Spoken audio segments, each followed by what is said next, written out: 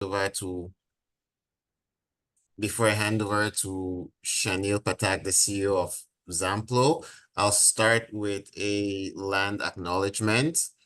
We would like to begin this meeting by acknowledging that we meet on the traditional territories of the Mississauga and Haudenosaunee nations and within the lands protected by the Dish with One Spoon, One Poom agreement. So without further ado, I will hand over to Shaneel Pathak to tell us about Zamplo. And we'll take questions after. And if you have any questions that are burning, you can put them in the chat, and then I will read them out to Shaneel and Pedro at the end of their presentations. So Shaneel, you have the floor. Thank you, Lawrence. As Lawrence mentioned, I'm the CEO and co-founder of Zamplo. We're a digital health company based out of Calgary. And Zamplo started from lived experience as a caregiver and plus the background in computer engineering. Besides this venture I'm working on, I'm also a patient advocate and also on the patient council for the Canadian Primary Care Research Network. So I do a lot of advocacy work. I'll go present a bit about Zamplo, and then Pedro will give a case example. Before I start, I want to give a couple of minutes for Pedro to introduce himself, and then I'll start the presentation. Pedro? Absolutely. Thank you, Shaneel. And thank you, Lawrence, as well, for inviting us. My name is Pedro Miranda. I'm a research coordinator at McMaster University. I work very close to where the folks are from HEI. At Farncombe Research Institute. So my focus in research is nutrition and lifestyle factors in inflammatory bowel diseases. These include colitis, Crohn's, as well as celiac disease. And I'm happy to be here and talk about our experience using Zamplo in our clinical trials. Thank you. Thank you, Pedro. And I assume everybody could see the screen, so I'll just move forward. And so one of the objectives of today's presentation is to understand how Zamplo could be used to as a platform to engage patients in their own care using their own data that they contribute to research. That's core to our design, is to contribute back to participants. Pedro will present, as you mentioned, a real-world example of Zamplo of a clinical study using Zamplo in IBD research, and then I'll go into demoing Zamplo itself, the platform, which could follow through with Q&A. And please ask any questions you have on how it's applied to research and or the features. As mentioned with the agenda, I'll go a bit about who we are, the value of the platform. I have a list of publications, so we'll tell you what other universities are using our platform, and then into the features in the case study. Followed by the demo. So as mentioned, Zamplo started from people with lived experience, either as patients or caregivers with complex health conditions. And it started off as a tool for people to record, analyze, and share their health experience with their care circle. It's completely portable. They could log information into it, analyze their data, and advocate for themselves. And soon after, researchers were asking if they could use Zamplo to collect real-world data, because that's what people were doing. And so Zamplo itself turned into a platform for clinical research. There's two interfaces to it. One is called Zamplo Research for researchers, and the other one is called Zamplo App for participants, which they could download and start using.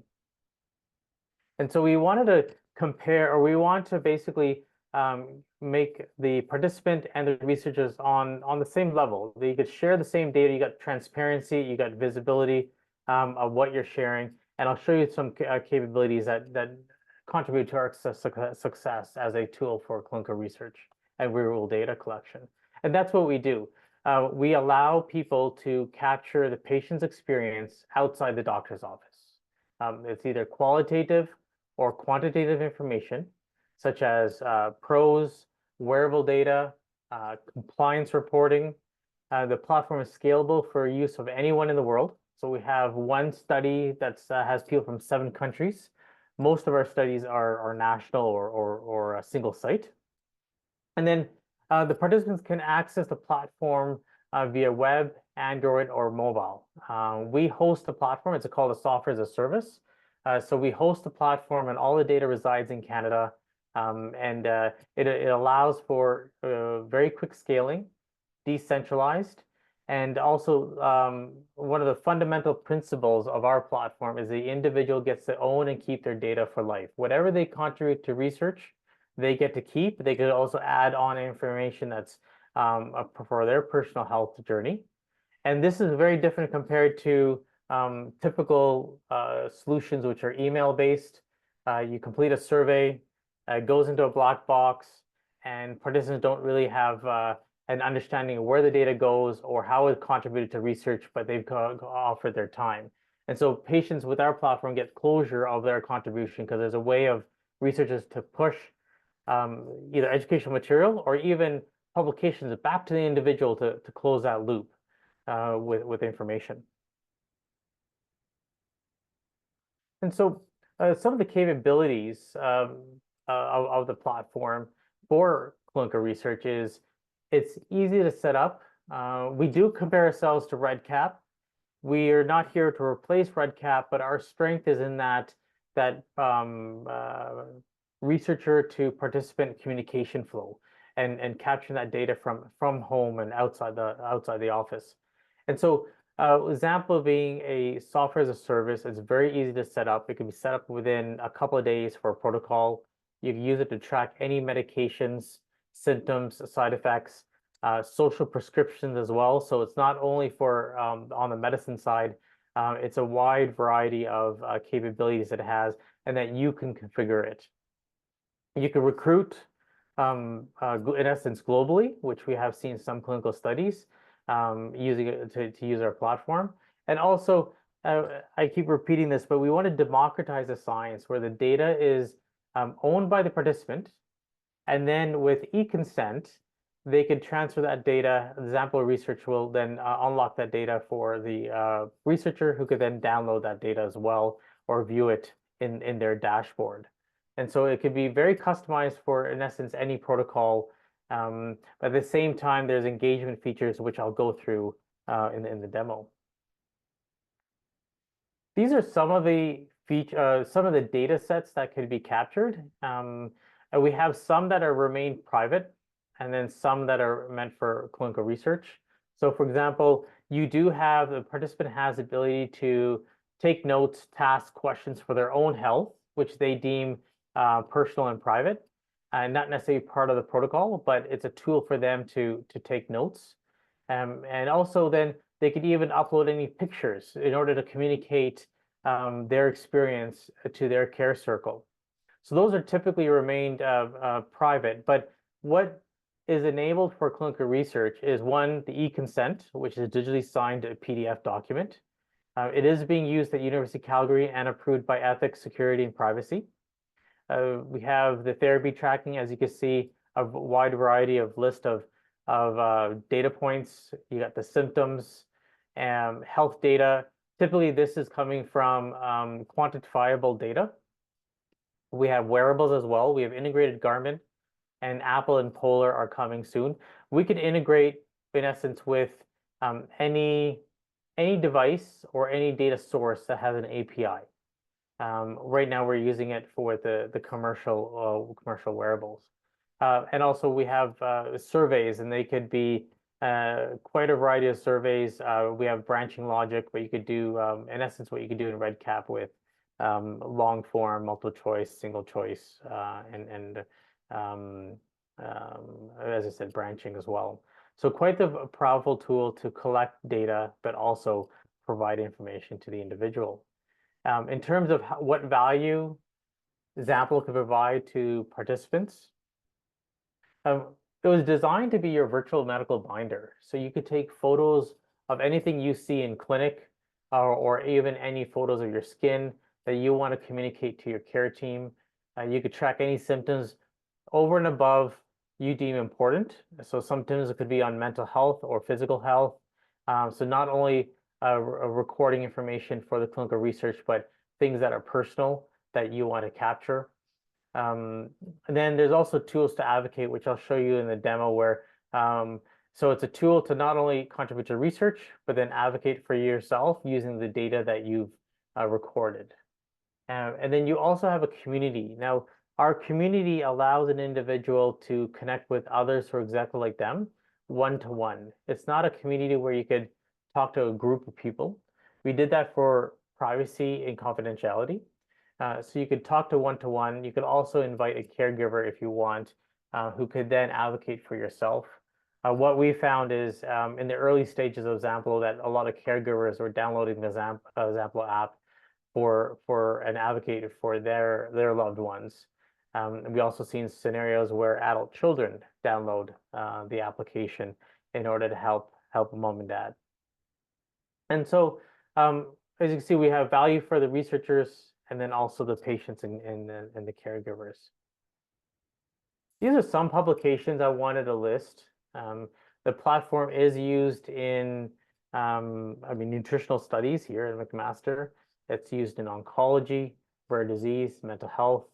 It's been approved in use at UHN, McMaster, Nova Scotia Health, University of Alberta, University of Calgary. So we've gone through that detailed process of validation in terms of the data quality, data output, security from the different universities, as well as ethics. So we have a number of studies that all these studies have been proved by ethics, and some have published their material. So Pedro will shed more light on feedback from participants, but I wanted to highlight some of the testimonials that came out of a rare disease study. This is a decentralized global study where they use Zamplo to capture information. And I think the key takeaways from the qualitative component of the research when they asked about Zamplo was they highlighted how the ease of use of the platform, also the helping the individuals keep track of things. These are people with rare disease, so it's chronic, and also it's a long-term health condition, of course. And then also you can capture that longitudinal data and look back at it. And that is, I think, our distinction feature with the platform, where you're not only contributing to the clinical study for, let's say, a few months, you get to keep the platform and for free, and then your data for life, such that you can also look back to it and also continue on contributing to your own data set in order to be empowered. One of our studies in Toronto, this is, I would say, our quite a strong study, which was published at the eHealth conference recently in Vancouver. And they looked at using Zamplo for clinical research within clinical care. So they're remote monitoring radiation oncology patients out of Princess Margaret. And they are looking at collecting adverse events. And what they found is with Zamplo that 75%, there's a 75% engagement rate using Zamplo versus the classic version, which is Epic. That was their standard, which is 47%. And out of the 40 people on the study, 15 reported toxic events, which triggered proactive care measures. And that would have been with data which they would not have received unless the individual came in to clinic. And so they saw the value immediately. They're procuring it for expanding Zamplo within the radiation oncology space. They've also expanded it from breast and prostate to other cohorts, about 5 different tumor types. Now, this is within cancer, but the key thing here I want to highlight is one is it's fully adaptable, the engagement rates, as well as that you could create different profiles, which I'll show you. You create different profiles for different settings to really customize the experience for your participants. And the platform itself, as I mentioned, we have 2 products, the Zamplo Research Dashboard, as well as the Zamplo app. How it works is the clinician will then configure using Zamplo Research the Zamplo app for their protocol. That means they would put in any symptoms they want to record, create a schedule for your journal. You can add any surveys, set in the reminders, upload any health material. Then the clinician will invite the participant. The participant gets the customized version of Zamplo They will then have, they could record their information and submit their e-consent, and then that data again gets pushed to the Zamplo research dashboard for the clinician or the researcher to review that information or download it in a CSV format. And as mentioning, all the data is encrypted and in transit and at rest. It all resides in Canada. There is no data leakage. We are SOC 2 compliant, and then also the business model is subscription based. It's not data. We don't touch the data. We don't see the data. It's all about subscriptions. One subscription per participant per year. I'm going to go into a few slides just to give you a screen capture, give you some context of how Zamplo looks like, and then I'll hand it over to Pedro to present his case study. This is a screen capture of how the Zamplo app looks for the participants when they need to record their information. So here they're recording migraines and they're taking Tylenol medication. You could configure it for any symptom, activity, or medication, and they could also add whatever they deem important to the cell. So you could get information coming from them, or also information that's prescribed to collect.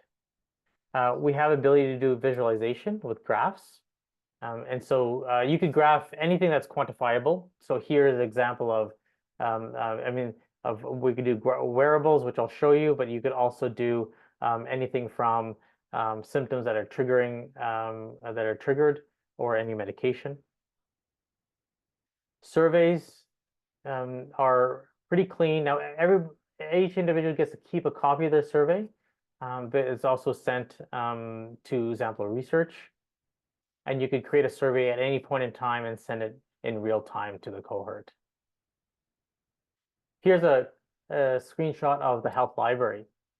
Typically, what we've seen is the researchers would populate the health library with material that's relevant to the study or the health condition. And then after the study is completed and when the material is published, they would actually push information back. So either a poster or a publication or infographic back to the individual, send them a note, say, thank you, here's the results of what you contributed to. They will get a message into the Zamplo app, and they could review that information as well, or that PDF. The health library supports documents, websites, links, videos, and also even I was just saying videos as well. And that's kind of the end of the summary of Zamplo. So it is a tool for individuals to be empowered with their own data, but contribute to clinical research, and it's scalable and adaptable for virtually any cohort. And I'll let Pedro talk about his study and how they're using Zamplo in nutrition research. I'll just stop my sharing and hand over to Pedro. Thank you. And share. Now, can you see my screen? Yes. All right. Right. Thank you so much, Shaneel. So I was asked to talk about my experience in our group using Zamplo in our clinical research. As I mentioned briefly, we do clinical research in mostly GI, gastrointestinal population patients, and one of our biggest area of study is inflammatory bowel diseases. So this is just the agenda of what I'm going to be speaking today. I'm going to give a little bit of context so that we're all on the same page about the study in particular. The TRACK-IBD study is the short name of this pilot study. And I'm also going to talk why we chose Zamplo for this study. And then I'm going to just touch a little bit of some preliminary results we have of the data that we're capturing from Zamplo, and just a little bit of the feedback that we're getting from participants. So this TRACK-IBD study, this is a feasibility study. Our goal was to use different tools to track different aspects of our patients, like from symptoms, diet, to sleep patterns and so on. And so we are, this is a new group. We are part of the Farncombe Nutrition Initiative, and we are at the stage of trying to understand what are the tools that we're going to be using in the future. We're very much interested in remote monitoring of our participants. And so the study involves IBD patients that have inflammatory bowel disease. IBD is a chronic inflammatory disease of the intestinal tract, and is characterized by fluctuations on their disease activity, so periods of highly inflammation and symptomatic. These would be called the flares, and then periods of remission where patients have the disease under control.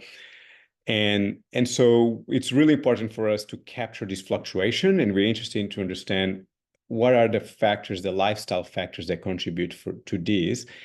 Diet, physical activity are some of the main features we're looking into. But it's really important for us to record symptoms in real time. And it's actually one of the reasons we landed on Zamplo. Reason number one is that Zamplo would allow us to do this. So we can actually get a real-time symptom tracking tool via Zamplo. And why is it important to us? Because typically on clinical trials, we rely on validated surveys to look into symptomology. And this is usually at sporadic time points. So you do at baseline and maybe at the end of the study, or you may set up every month.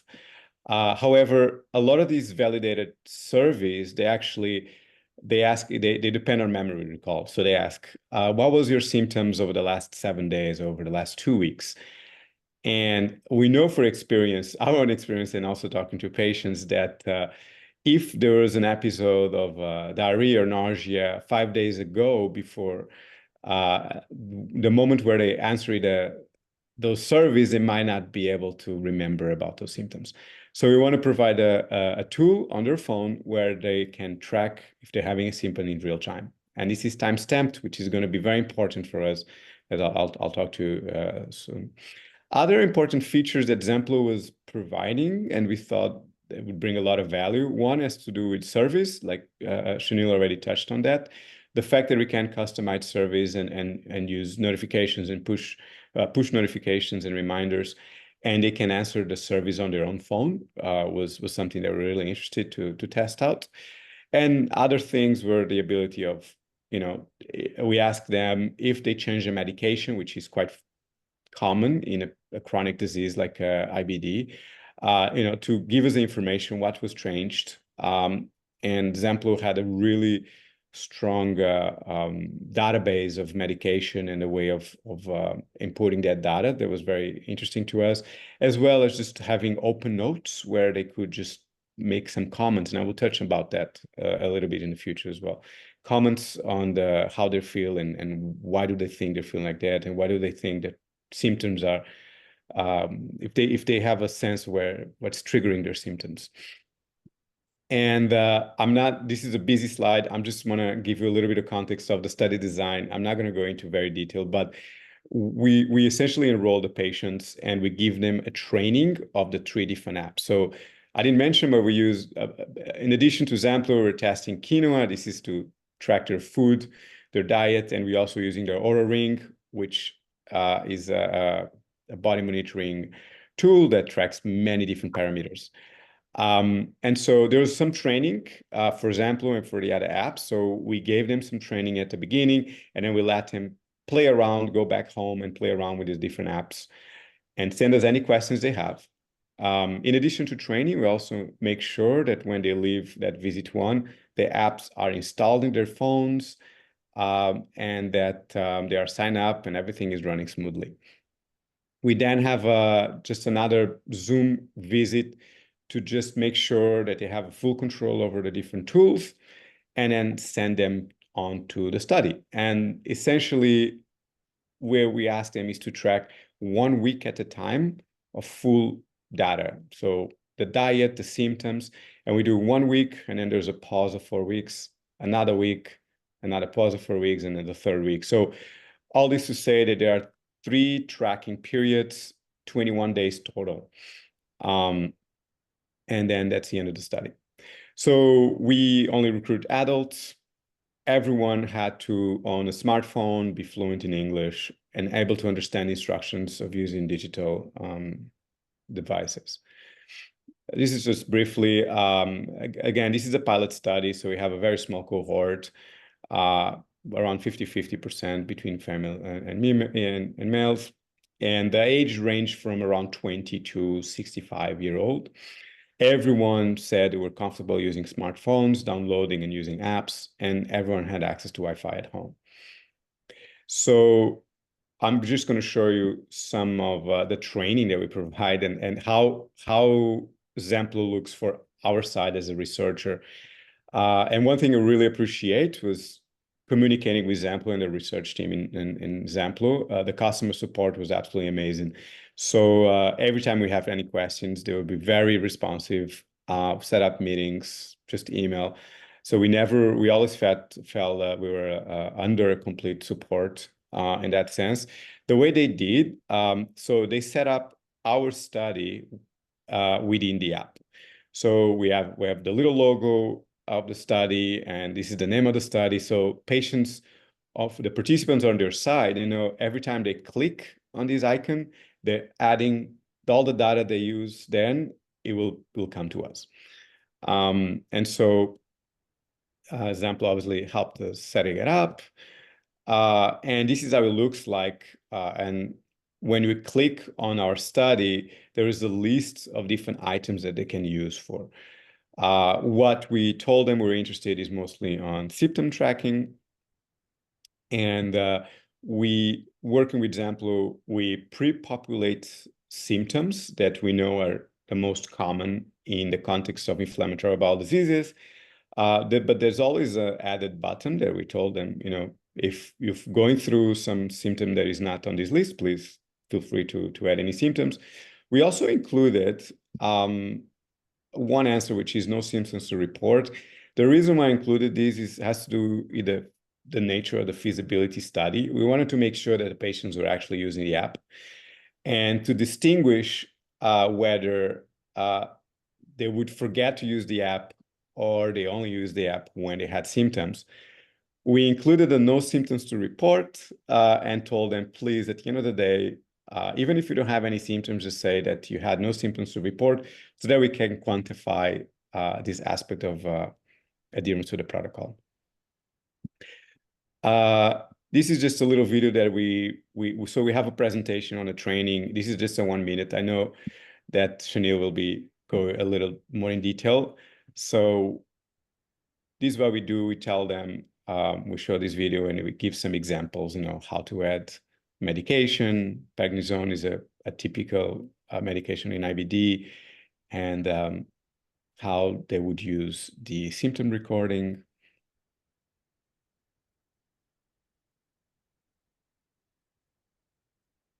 And importantly, we encourage them to use the notes.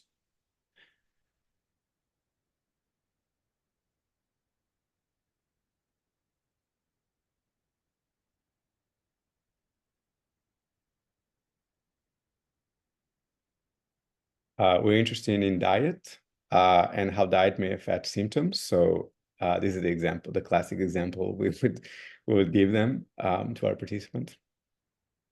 So yeah, and at this point we receive the information automatically on the researcher side.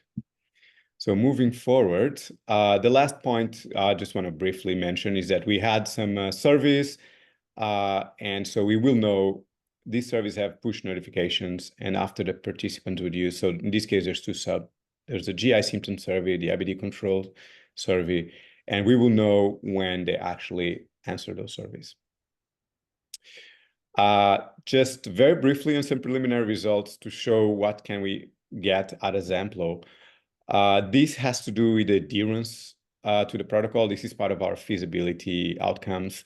So as you can see in the axis, you have all the participants. In the Y, you have the adherence to the protocol. So if they would use the app the 21 days, that would be 100%. So there's variability, but on average, we have around 70% of app usage, which is pretty good. And this is the total of 21 days. And then some questions we can start asking as, what are the most frequent reported symptoms in our small cohort? And as you can see here, we can start plotting, you have abdominal pain, diarrhea, and fatigue are the three symptoms that are more often reported by our participants. This is just a split between different participants. So there we have a sense that there's not one single participant overtaking the frequency. But, we can start asking questions like these. So we know that, and this is sort of expected in our population. These tend to be the most frequently reported symptoms in an IBD context. We can also start asking the questions, what are the time of the days that patients tend to report the symptoms? All of this recording is time-stamped, right? So we can see that when we plot these, when we split the day, the 24-hour into 4 segments, we can see that most of the symptoms are reported in the afternoon and actually the majority in late night. Whereas morning, we don't really have a lot of symptoms being reported. So this is just to give an example of some of the things some of the questions we can start asking by using this tool that allows us to report symptoms in real time. I have one more piece of information. This is very busy. I don't worry too much about the details. The point I want to make here is that we can start integrating different data sets. So these are data that we get from Oura Ring.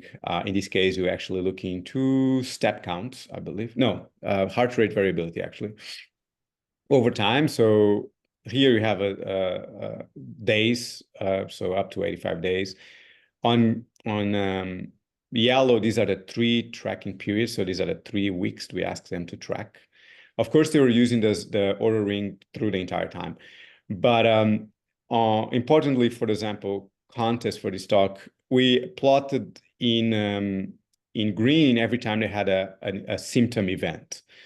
And so we can start asking questions, is there some of these different, can some of these symptoms be predicted by certain changes of other body variables? Like, in this case, I'm plotting average heart rate. No need to start digging into these details because we're still working on the data. But it's just to point the point that we can start integrating real-time symptoms with other types of data sets. And just a little bit of user feedback. We had a survey at the end. So we asked them, were you able to complete your tasks with Zamplo? Sorry. So 93% of patients say yes, they were able to use Zamplo, no problem. How would you rate the experience? So most people would say easy or very easy in terms of using Zamplo. There's different comments, positive, like easy to understand, to use, not really time consuming. There's other people that would leave some comments that some of these comments have to do with the trial, others to Zamplo. But yeah, so we have like positive and negative comments like always, and we're always sharing this feedback with Zamplo team, which is doing a great job and really taking in all of these feedback. So we also ask, are you satisfied with your experience? So the majority of people from quite satisfied, very, or fully satisfied. And would you consider continuing using Zamplo even after the study? Again, 73% say yes, I would use Zamplo even after the end of the study. And again, some comments, easy to use, better for tracking. Sometimes time is loads, and there's a couple of feedback on things that they think that should be continuously developed. And we also have a question about what are your favorite features of Zamplo and the least favorite. And this is just a summary of all of it. Simple, easy to use, convenience, ability to use at any time, record and track personalized symptoms, and so on. For instance, this first point, not enough study defined symptoms. This is on us. We didn't add maybe as an exhaustive list. And some people had some comments about the interface. But yeah, overall, we had a really positive feedback from our study participants. And that ends my presentation. So I'm going to pass back to Shaneel to take over from here.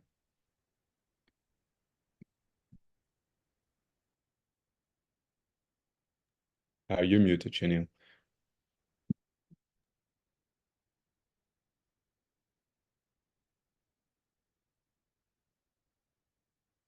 Okay. You hear me now? Yes. Yeah, okay. Thanks, Pedro. Uh, so I'll do a brief demo of the platform, probably really focusing on adding participants, the health library, surveys, and routines, and then probably a graphing. And then I just really want to give the opportunity for the audience to ask questions. And so what you see here is, 1 second. Okay. On the left side, you see Zamplo research, and on the right, you see the Zamplo app from the participants. And so when you log into your dashboard, you'll have the list of participants. You could easily add a participant, and all you need is your first name, last name, email address. That's all that's needed. That's the only personal information that we need to invite an individual. You also have a field there for a participant ID, which is a unique identifier in case you want to export the data and concatenate it with another data set. You could do that as well. When a person's sent an invite through email, they would receive an invitation similar to this one, just coming up. And on the right side is Johnny's app, which I'll go through as a demo. The other way you could invite a person is through a QR code. So we have one study that wanted to use Zamplo for, actually not a study, as a patient support program, but they socialized postcards for people to be invited. They click on the QR code, they download Zamplo, and it automatically creates this link with Zamplo research. And then they could actually invite them to complete surveys or start on a clinical study. So the next thing I want to go into is the study setup. So the key things here I want to highlight, which Pedro also showed you, is the routines. So here we have 3 routines set up. One is the wearable device to track steps, my symptoms, irregular heartbeat, headache. I'm just showing you a general example of Zamplo, not specific to a disease cohort. And then also in this one, it's about cardio exercise routine, because that is part of the study. So it's about getting people into exercise. So again, you could do activities, you could do symptoms, and also do tracking on wearables as well. On the right side, you'll see Zamplo, the app, and how it looks like. Here they have a routine that they've created, which is taking baby aspirin once a day. You can say copy from previous, because I already took that yesterday. It automatically pre-populates one quantity, and then they could save it. And that gets saved in their journal. They might also want to complete their symptom reporting, which is what's required by the study. Headaches, no.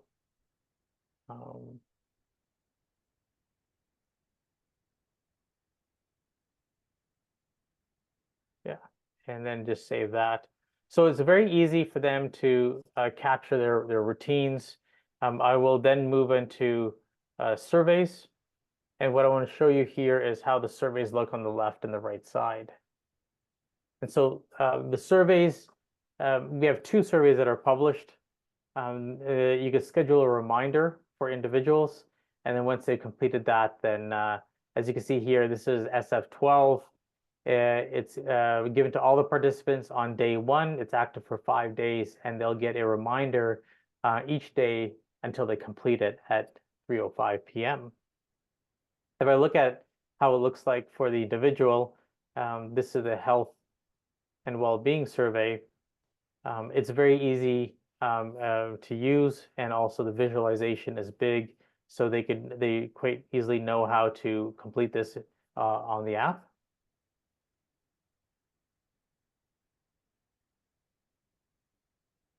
This is already a completed survey.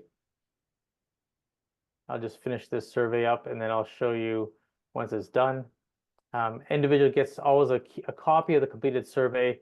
If there's one that's scheduled, it'll end up in this tab right here. So we talked about routines and surveys. I'll just go through the health library now. And then I'll go into engagement features for the individual. Typically, these are the three features that we find researchers use in order to collect the data that they need and also provide information to the individual. So the participant here, we could push material. On the left side, you can see information that's been sent out. One is on heart and stroke. This had to do with stroke. So bumping, it's an exercise and training for how to use a wheelchair. On the right side, you can see here is a list of those library information. Now, when you send information out, you can actually share with all the participants or a cohort or an individual. So these are the three people who have received that library information. So you're quite flexible. And that's because it's sometimes used in clinic where they want to push health library information and they can do away with paper. Or sometimes you want to give it to the whole cohort. So those are kind of examples of where they're using the health library. Now I'm going to expand the Zamplo app. And as I expand the Zamplo app, I'll go back to the dashboard and I'll show you briefly some features where individuals could be engaged in their own health. And we see that as a reason why we have a high engagement rate and a completion rate to surveys and information. One is you have a to-do list. So they could add a to-do list. They can invite a caregiver who could then log in and complete the to-do list as well, or add to it as comments, such as right here. You also have the graph. So we have the wearable device information. As you can see here, they could start exploring their steps, and they could even add anything that they deem as important to them that they've been tracking. And then we also have this one right here, where here it's my health. So they're tracking not only stress, but diet, water, and also meditation. And they can advocate for themselves. They can generate a PDF and download it and take it to their clinic. So we don't connect to an EMR. We purposely did that. That way it could be fully scalable and it could be socialized. And they could bring the information to whomever they want. At the same time, with e-consent, which I'll show you right here in the study setup, the individual could then complete a consent form, which looks like this, and those routines and surveys which are completed then get opened up into the Zamplo research dashboard for you to download or view that information. And that's a brief overview of the app, and I just want to spend some time answering any questions, and I'll just stop my sharing right now. Thank you very much, Shaneel, Pedro, for that excellent presentation and for sharing with us your experiences with Zamplo and going through exactly how it works. So the floor is open if there are any questions. I do have a few in the chat, which I can start reading out if there is no question from anybody who's present now.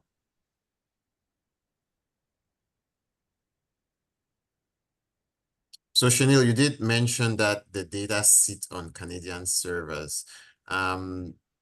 Is there a possibility for studies to be conducted with partners outside of Canada, and how will the data be stored? So yes, it can be conducted with participants outside of Canada.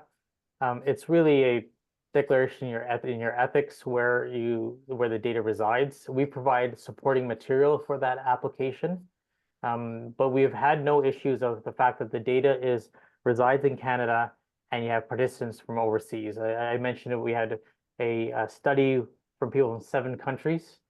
It was a study generated from Canada. We also have now a study out of Nigeria, Lagos. They're using Zamplo for remote monitoring for oncology patients. It's been approved in their ethics, even though the data is hosted in Canada. So we have not seen an issue with data residency. In fact, I think it's our strength, the fact that it's in Canada versus other jurisdictions, which could be problematic. Okay, thanks. Any questions from the audience? Richard? I was out of curiosity, have any of your studies been linked to Health Admin? Because I noticed you're based in Calgary, so or AHS or any other organizations? Any of the studies have been linked to AHS? No, sorry, like yeah, have your studies been linked to health administrative data for outcomes, or I just said AHS because that would be the Alberta. Yeah. Right. Yeah. Not the only one was the GRIT study, which is a rare disease study. It was Dr. Khan linked the Zamplo data with his EMR data, but he's a specialist, but he has a private clinic, but he does research. That's the closest we gotten. We don't have an interface into an EMR, but as long as you have, as I mentioned, that participant ID, as long as you put an identifier, you could export the data and then link the data sets. But it'll be more of a manual activity rather than through our software.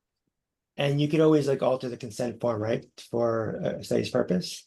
100%. That's you customize and you create the consent form. Okay, thanks. Thanks, Richard. Cynthia? Thanks, Lawrence. And thanks, Shaneel and Pedro. It's really interesting tool, and I can see the benefits for the patients as well as for the researchers.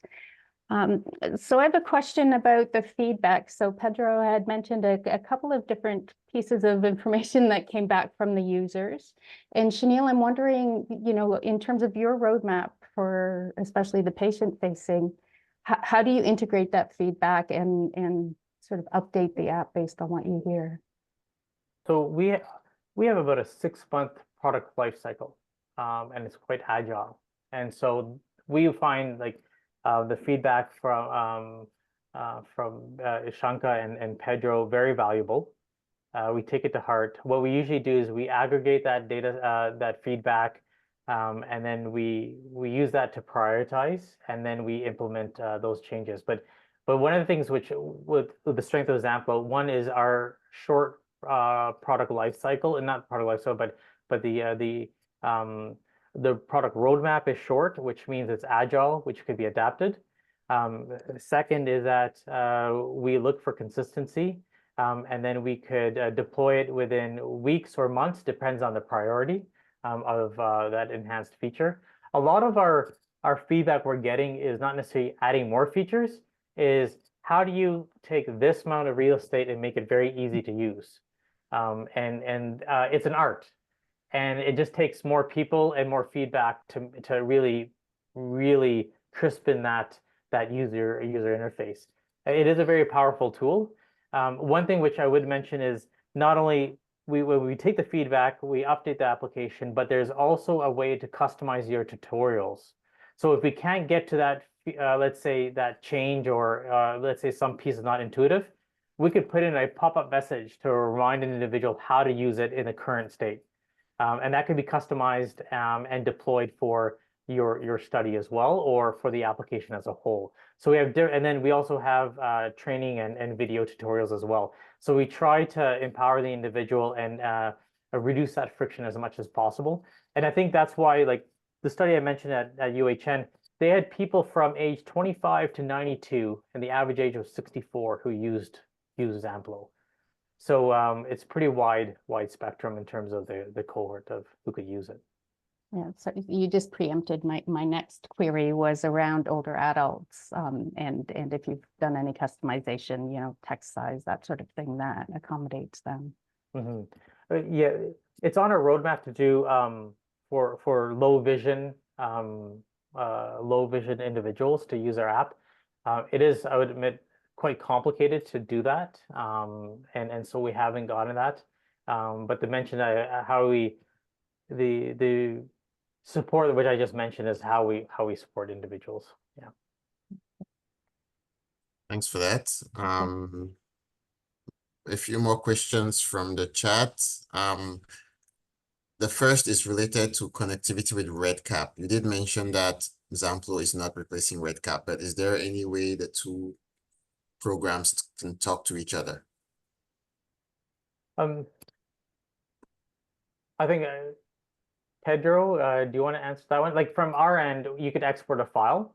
That file we want to improve on reducing on making more interoperable, but it is a CSV file that you could export, and then concatenate that with another data set like from REDCap. But maybe Pedro, you could shed light on how you do it. Yeah, absolutely. So that's exactly it. So we use REDCap as well, even for this study that I talked about. And so we obviously have different variables and different parameters from both from Zamplo and from REDCap, and we manually integrate that information ourselves. So we haven't found that to be an issue. We're also talking about a small cohort and not that many variables, I would say. But yeah, so at this point, that hasn't been an issue on our end. We just automatically compare both data sets and integrate on our end. Okay. Okay, wonderful. Thank you. If there are no questions from the audience, I will continue with the list of questions I have here.